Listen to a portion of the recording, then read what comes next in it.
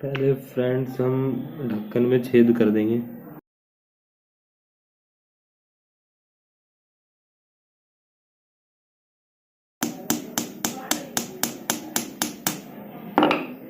ये छेद हो गया।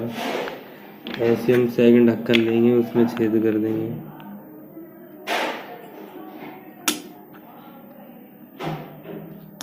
वो ध्यान ये रखना, छेद आप बीच में करना।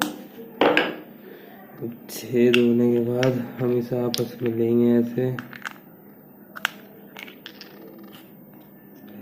कर देंगे। तो ये गाइस कुछ इस तरीके का हो जाएगा। फिर हम इसमें यहाँ फेविक्विक लगा देंगे।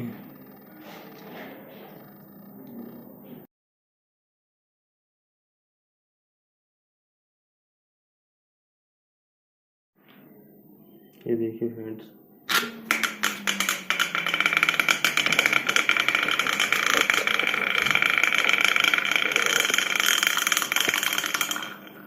एक बार फिर ट्राई करते हैं। फिर लपेटते हैं इसे।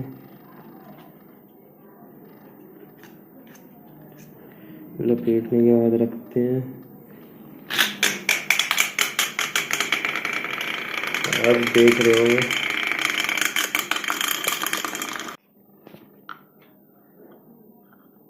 ऐसे लेकर ऐसे लपेटा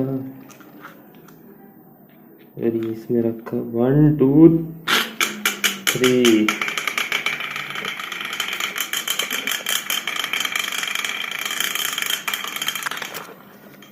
थैंक यू गाइस।